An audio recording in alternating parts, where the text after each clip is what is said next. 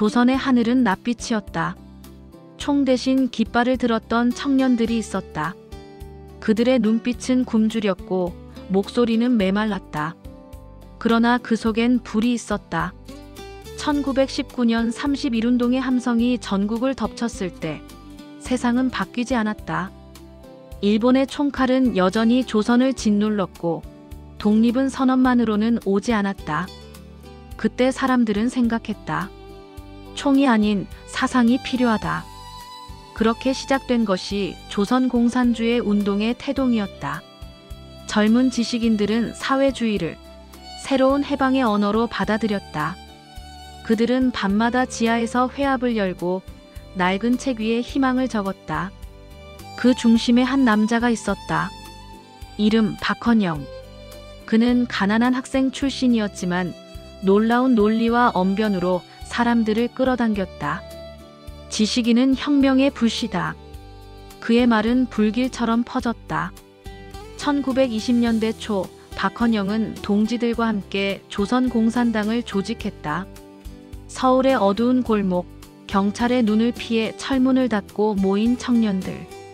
그들의 손엔 총도 돈도 없었다. 오직 믿음 하나였다. 인간의 평등. 그러나 세상은 그 믿음을 허락하지 않았다. 일제는 그들을 반역자로 규정하고 가혹한 고문과 투옥을 반복했다. 혁명은 아직 피를 요구하는 시대였다. 박헌영은 감옥에서도 글을 썼다. 진짜 혁명은 사람을 죽이는 게 아니라 사람을 다시 태어나게 하는 것이다. 하지만 동시에 더 먼 북쪽 만주에서는 또 다른 붉은 불꽃이 피어오르고 있었다. 이름 김일성. 그는 박헌영과 달리 말보다 총을 믿었다. 13살 때 부모를 잃고 총을 든 그는 게릴라로 자랐다. 숲속에서 동료들이 죽어가는 것을 매일 보았다. 말로는 해방되지 않는다. 해방은 피로 쟁취하는 것이다. 김일성의 혁명은 피의 언어로 시작됐다. 반면 박헌영의 혁명은 이념의 언어로 시작됐다. 둘은 만나본 적이 없었지만 이미 서로를 알고 있었다. 박헌영은 김일성을 무식한 총잡이라 불렀다. 김일성은 박헌영을 말뿐인 혁명가라 비웃었다. 그러나 그 두 사람은 조선의 운명을 양분할 씨앗이었다. 1930년대 후반 조선공산당은 일제의 탄압으로 다시 해체되었다. 동지들은 죽거나 망명했고 살아남은 자들은 만주와 연해주로 흩어졌다.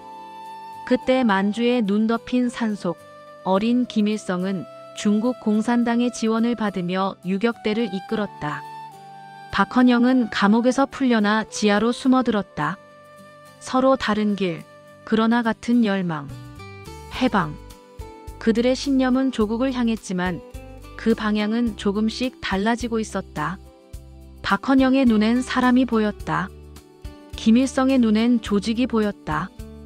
혁명은 사람을 바꾸는 것이었는가, 아니면 권력을 잡는 것이었는가? 이 질문은 훗날 두 사람을 서로 죽이는 질문이 된다. 1940년대 초 세계가 전쟁의 불길에 휩싸이던 때 조선의 공산주의자들은 더 이상 한 나라의 운동가가 아니었다. 그들은 세계혁명의 일부가 되었다. 모스크바, 만주, 상하이, 경성. 4개의 붉은 점이 지도 위에 찍혀 있었다. 각각의 점은 서로를 향해 달리고 있었다. 그리고 마침내 1945년 8월 일본이 항복했다. 해방이 왔다. 그러나 조선은 이미 둘로 나뉘어 있었다. 하나는 박헌영의 조선공산당, 다른 하나는 김일성의 항일 유격대, 그리고 세 번째 힘, 소련이 있었다. 역사는 이제 사상과 총이 충돌하는 시대를 연다. 해방은 축복이 아니었다. 그것은 또 다른 전쟁의 예고편이었다. 1930년대 초 만주는 피와 눈으로 덮여 있었다. 일본은 조선을 삼킨 데 이어 이제 만주를 삼켰다. 산맥마다 군대가 주둔했고 강마다 피가 흘렀다. 그러나 그 눈보라 속에서도 붉은 깃발은 펄럭였다. 그곳엔 2개의 군대가 있었다. 하나는 조선인 유격대, 또 하나는 중국 공산당 팔로군 내 조선파였다. 둘 다 일본 제국을 향해 총을 들었지만 그들의 마음속엔 서로 다른 조선이 있었다. 유격대의 중심에는 한 이름이 있었다. 김일성. 그는 아직 젊었고 총이 전부였다. 어린 시절 부모를 잃은 그는 총구에서 세상의 이치를 배웠다. 혁명은 배움이 아니라 생존이다. 김일성의 부대는 혹독했다. 하루 한 끼에 옥수수죽, 밤이면 영하 30도의 산속. 그러나 그들은 노래했다. 백두산은 우리 조국, 총은 우리의 생명. 이때 김일성은 단순한 유격대장이 아니었다. 그는 이미 전설이었다. 중국 공산당의 지휘관들은 그를 용맹한 조선의 늑대라 불렀다. 반면 남쪽의 경성서울 지하에서는 또 다른 전쟁이 벌어지고 있었다. 박헌영 감옥에서 풀려난 그는 다시 붉은 서류를 들었다. 그는 말했다. 우리의 싸움은 총이 아니라 사상으로 이긴다. 그는 공산주의를 단순한 폭동이 아닌 사회를 바꾸는 철학으로 보았다. 젊은이들은 그의 글을 읽고 열광했다. 그러나 박헌영의 이상은 언제나 현실의 벽에 부딪혔다. 일제 경찰의 탄압, 밀정의 고발, 그리고 내부 분열. 조선공산당은 이미 3번이나 해산됐다. 우리의 길은 아직 멀다. 하지만 이 사상은 죽지 않는다. 박헌영은 그렇게 말했다. 그러나 멀리 만주에서는 사상 대신 군화의 발자국이 세상을 흔들고 있었다. 김일성은 그곳에서 총을 들고 싸우는 동시에 조직을 다루는 법을 배웠다. 그는 명령을 내리는 법, 공포를 통제하는 법, 그리고 영웅을 연출하는 법을 알았다. 매 전투 뒤 그는 포로를 모아 연설했다. 조선은 반드시 해방된다. 하지만 그날 해방을 맞이할 자격이 있는 자만 살아남을 것이다. 그 말은 단순한 구호가 아니었다. 혁명 자격을 심판하는 시대가 시작된 것이다. 박헌영의 혁명은 인간의 존엄을 말했지만 김일성의 혁명은 복종과 생존을 말했다. 같은 적을 두고 싸웠으나 그들은 이미 다른 길을 걷고 있었다. 1937년 김일성은 보천보 전투를 일으켰다. 조선의 땅에서 일본 경찰서를 공격한 첫 전투였다.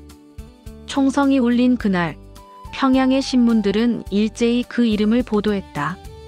조선의 빨치산 김일성, 만주에서 귀환. 그러나 그 기사에는 진실이 절반뿐이었다. 김일성은 돌아오지 않았다. 단지 그의 이름이 돌아온 것이었다. 일본은 김일성을 공포의 상징으로 만들었고 조선인들은 그 이름을 희망의 상징으로 기억했다. 한편 경성의 지하에서 박헌영은 신문을 보며 중얼거렸다. 김일성이라 그는 싸우고 나는 숨는다. 그때부터였다. 박헌영의 시선 속에 질투와 불안이 자라기 시작한 건 만주의 숲과 서울의 골목, 두 개의 혁명은 같은 하늘 아래서 달리 뛰었다. 그러나 그 하늘 위에서는 이미 또 다른 시선이 내려다보고 있었다. 바로 소련. 모스크바의 붉은 궁전 안 스탈린은 동쪽의 보고서를 읽고 있었다. 극동에서 활약 중인 조선의 청년 김일성. 충성심 강함. 전투 지휘 능력 우수. 이념 이해도는 낮으나 순종적. 스탈린은 미소를 지었다. 흥미롭군. 어린 전사가 하나 생겼어. 동시에 또 다른 보고서가 도착했다. 조선 내 지식인 혁명가 박헌영. 사상은 기프나 행동력 부족. 독립적 사고 강함. 스탈린은 한마디로 요약했다. 투 클레버. 그 한마디가 훗날의 조선을 가른 칼이 된다. 같은 붉은 깃발 아래 있었으나 한 사람은 이상으로, 한 사람은 권력으로 걸어갔다. 그리고 그 길의 끝에는 서로를 겨누는 총이 기다리고 있었다. 만주의 붉은 눈발은 그들의 발자국을 덮어버렸다. 그러나 역사는 기억했다.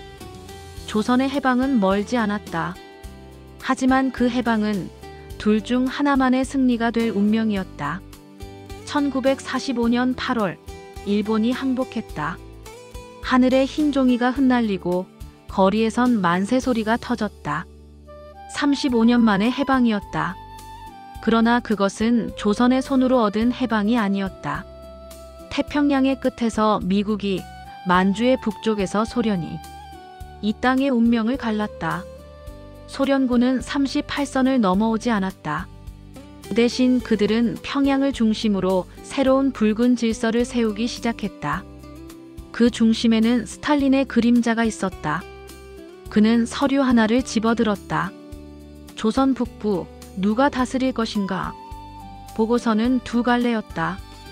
하나는 박헌영, 조선공산당의 대표. 해박한 지식, 날카로운 정치 감각, 혁명 경험 풍부. 그러나 약점 하나 지나치게 독립적.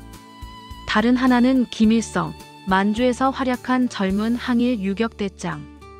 군을 이끌 줄 알고 말보다 명령에 익숙한 인물. 장점 하나 완전한 순종. 스탈린은 서류를 탁자에 내려놓았다. 그리고 웃었다. 혁명에 필요한 건 머리가 아니라 복종이다. 그 한마디가 조선의 북쪽을 결정했다.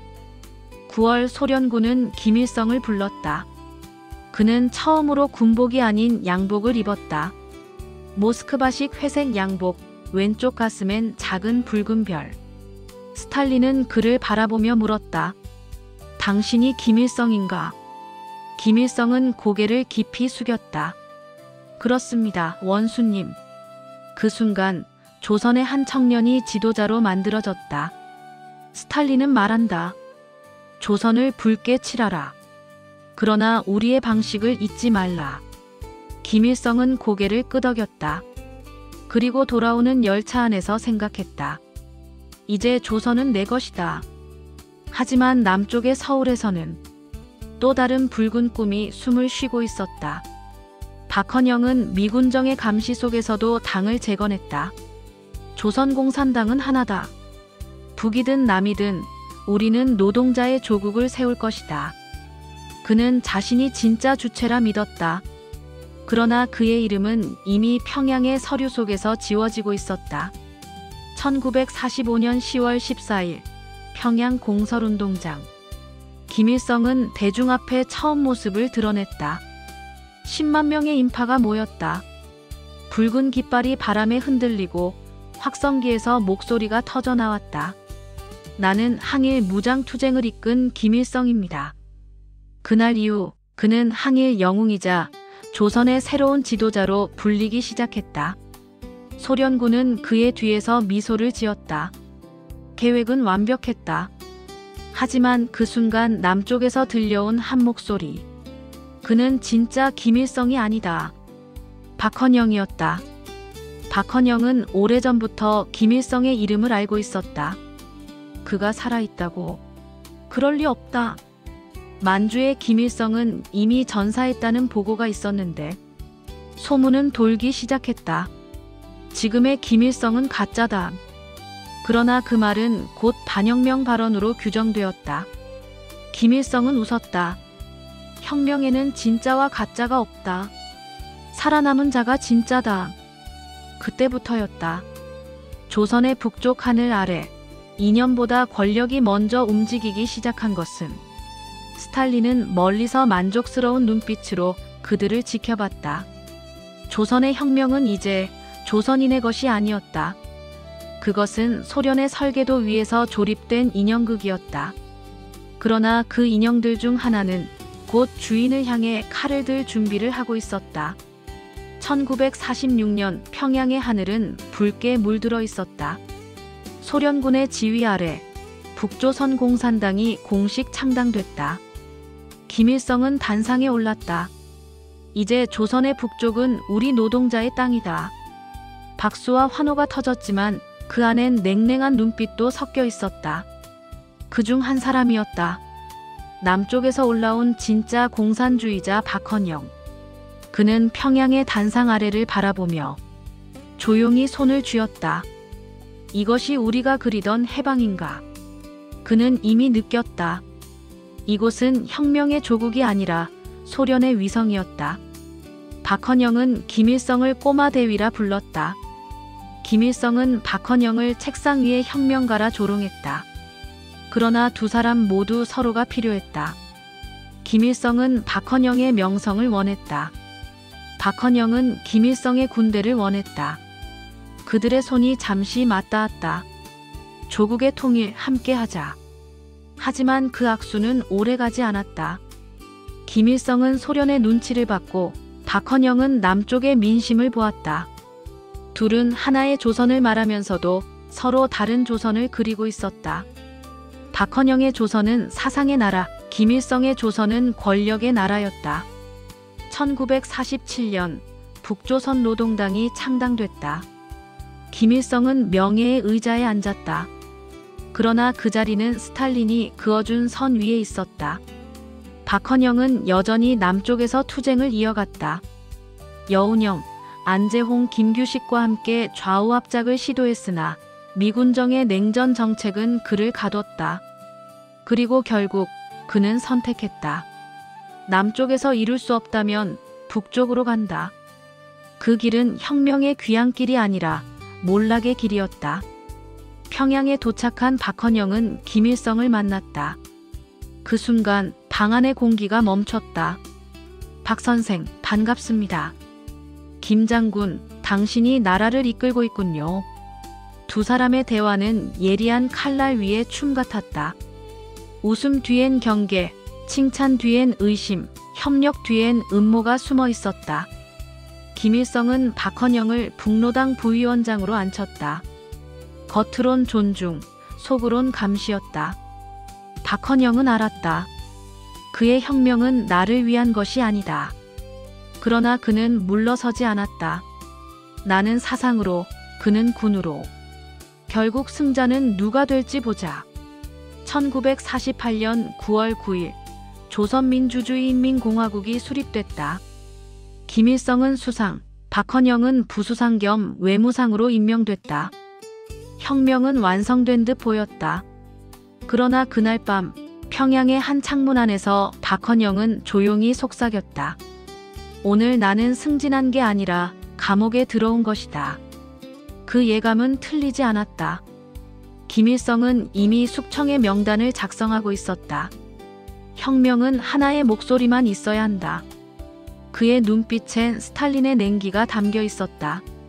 혁명은 이제 동지를 삼키기 시작했다. 총구가 외부를 향하던 시대는 끝났다.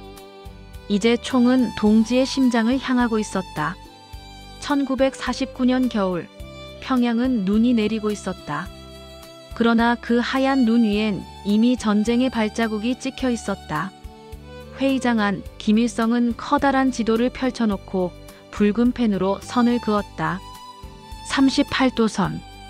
조국을 나눈 그 선 위에 그는 붉은 화살표를 그어 올렸다. 이 선을 넘어야 진짜 혁명이 완성됩니다. 그의 목소리는 단호했고 눈빛은 불안에 떨리고 있었다. 김일성의 머릿속에는 하나의 생각뿐이었다. 전쟁은 곧 통일이다. 그 자리에 박헌영이 있었다. 그는 잠시 손을 들어 말했다. 아직은 아닙니다. 남로당 조직이 약합니다. 남쪽 민심이 따라오지 않습니다. 그러나 김일성은 웃었다. 혁명의 때가 따로 있나, 박 선생. 준비가 아니라 결단이 세상을 바꾸는 거요. 박헌영의 얼굴에 그늘이 드리웠다. 그가 알았다. 이 전쟁은 이상이 아니라 욕망에서 시작된다는 걸. 김일성은 스탈린에게 전쟁 지원을 요청했다. 그리고 1950년 4월 모스크바에서 그 허락이 떨어졌다. 스탈린은 담배를 피우며 말했다. 미국은 개입하지 않을 것이다. 이건 조선의 문제다. 그 말 한 줄이 수백만 명의 운명을 서명했다. 김일성은 평양으로 돌아오자마자 준비를 시작했다. 전선 배치, 병참, 선전 방송, 그리고 무엇보다 명분. 전쟁은 남한의 침략에 대한 방어로 포장됐다. 1950년 6월 25일 새벽 4시, 동쪽 하늘이 붉게 물들었다. 포성이 울렸다. 탱크가 38선을 넘었고 하늘은 불빛으로 갈라졌다. 전쟁의 시작이었다. 김일성은 평양 사령부에서 보고를 받았다. 서울 점령까지 3일이면 충분합니다. 그의 입꼬리가 올랐다. 조선이 하나가 된다. 그러나 그 시간 평양 외곽의 조용한 숙소. 박헌영은 창밖의 붉은 하늘을 바라보며 중얼거렸다. 이건 혁명이 아니라 학살이야. 그에게 전쟁은 조선의 내전이 아니라 형제가 형제를 죽이는 붉은 비극이었다. 6월 28일 서울은 무너졌다. 김일성은 라디오 연설을 했다. 남조선 인민들이여, 해방의 날이 왔다. 그러나 그 방송을 들은 남로당 조직원들은 숨어 있었다. 박헌영이 키워온 남한 지하당은 이미 붕괴되고 있었다. 경찰과 미군정의 탄압 속에 그들의 이름은 하나둘 사라졌다. 전쟁은 빠르게 남하했다. 그러나 김일성의 지도 위 화살표는 점점 더 무거워졌다. 미군의 참전, 유엔군의 반격. 9월 인천 상륙작전이 성공하면서 조선의 하늘은 다시 뒤집혔다. 후퇴하라. 압록강까지. 김일성은 외쳤지만 이미 병사들의 눈빛엔 패배의 그림자가 깔려 있었다. 그때 그는 다시 박헌영을 불렀다. 이 패배는 누구의 책임인가? 그건 남로당의 문제입니다. 내 잘못이 아닙니다. 김일성은 서류를 탁 내려쳤다. 남로당은 너의 손아귀에 있잖아. 결국 내가 이 전쟁을 망친 거야. 그 말은 총보다 무거웠다. 1951년 전선은 멈췄다. 포탄 대신 외교가 시작되었다. 하지만 김일성은 전쟁이 끝나길 바라지 않았다. 그에게 이 전쟁은 권력을 위한 불이었다. 스탈린은 더 이상 참전하지 않았다. 그는 이미 김일성을 시험해 본 것이었다. 이자가 정말 조선을 다스릴 수 있는가? 김일성은 스스로 증명해야 했다. 그리고 그 증명의 대상은 바로 박헌영이었다. 전쟁이 끝나고 1953년 7월 휴전이 체결됐다. 평양엔 불빛이 돌아왔지만 사람들의 눈에는 생기가 없었다. 도시의 절반이 무너졌고 수백만 명이 사라졌다. 김일성은 정적 속에서 말했다. 이제 혁명의 적은 외부에 있지 않다. 내부에 있다. 그날 이후 혁명은 다시 피를 원했다. 전쟁의 불길은 꺼졌지만 박헌영의 운명은 이제 막 타오르기 시작했다. 전쟁은 끝났으나 숙청은 시작되었다. 1953년 여름 포성이 멎은 평양에는 이상한 정적이 흘렀다. 사람들은 전쟁의 끝을 승리라 불렀지만 누구도 웃지 않았다. 폐허가 된 도시와 굶주린 아이들, 그리고 상처 입은 군인들만이 거리에 있었다. 김일성은 침묵 속에서 전쟁의 결산을 준비했다. 그는 승리자가 아니었다. 단지 살아남은 자였다. 그리고 살아남은 자는 언제나 희생양을 찾는다. 그 표적은 이미 정해져 있었다. 박헌영. 전쟁 초반부터 김일성과 의견이 맞지 않았던 박헌영은 전세가 기울자 그 책임을 뒤집었을 운명이었다. 김일성은 회의석상에서 그를 바라보며 낮게 말했다. 박 선생, 당신이 남로당을 망쳤지요. 서울이 무너진 것도 전쟁이 길어진 것도 다 그 때문이요. 박헌영은 차분히 대답했다. 전쟁은 당신의 선택이었습니다. 나는 피를 막자고 했고 당신은 불을 질렀소. 김일성의 눈빛이 싸늘해졌다. 그 순간부터 숙청의 시계는 돌아가기 시작했다. 1953년 7월 휴전 서명 다음 날 김일성은 비밀리에 혁명재건위원회라는 이름의 조사를 명령했다. 명분은 미제의 간첩 색출. 하지만 실상은 박헌영 제거 작전이었다. 며칠 후 박헌영은 평양 시내에서 체포됐다. 그는 외무상으로 재직 중이었고 당의 부수상이었다. 혁명가의 얼굴은 초라했다. 수갑이 채워지는 순간 그는 조용히 말했다. 역사가 진실을 알게 될 거다. 그를 끌고 간 곳은 정치보위부 지하 감옥. 창문도 시계도 없었다. 신문은 잔혹했다. 남한과 내통했지? 아니요. 스탈린과 직접 접촉했지? 아니요. 그렇다면 당신은 무엇을 위해 싸웠나? 조선의 해방을 위해. 신문과는 비웃었다. 조선의 해방? 그건 김일성 동지가 이미 이뤘소. 박헌영은 피 묻은 얼굴로 고개를 들었다. 그건 해방이 아니라 굴종이요. 며칠 뒤 그는 강제 자백문에 서명해야 했다. 나는 미국의 간첩이었다. 조국의 혁명을 배신했다. 하지만 그 문장의 마지막엔 작고 흐릿한 글씨로 이렇게 적혀 있었다. 강요에 의한 진술이다. 1955년 12월 15일 재판은 17분 만에 끝났다. 판사는 판결문을 읽으며 한숨을 쉬었다. 피고 박헌영, 반역죄로 사형. 그날 밤 그는 작은 종이 한 장을 받았다. 유언을 남길 시간을 허락한다. 박헌영은 흔들리는 손으로 짧게 적었다. 나는 인간으로 죽는다. 혁명은 사람을 위하는 것이었지 사람을 삼키는 게 아니었다. 새벽 총성이 3번 울렸다. 그 순간 평양의 하늘은 잿빛이었다. 그리고 김일성은 집무실 창가에서 그 소리를 들었다. 그는 창밖을 보며 속삭였다. 혁명은 정화되어야 한다. 그러나 그 말의 진짜 뜻은 이제 나만 남았다. 였다. 그날 이후 박헌영의 이름은 모든 문서에서 지워졌다. 교과서에서 사라졌고 사진은 불태워졌다. 혁명가는 그렇게 역사의 지하로 유폐됐다.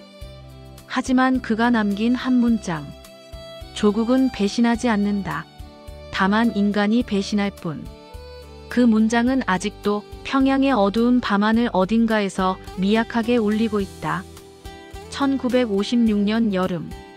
모스크바에서는 해빙이라 불리는 변화의 바람이 불고 있었다. 스탈린은 죽었고 새 지도자 흐루쇼프는 독재의 과오를 고백했다.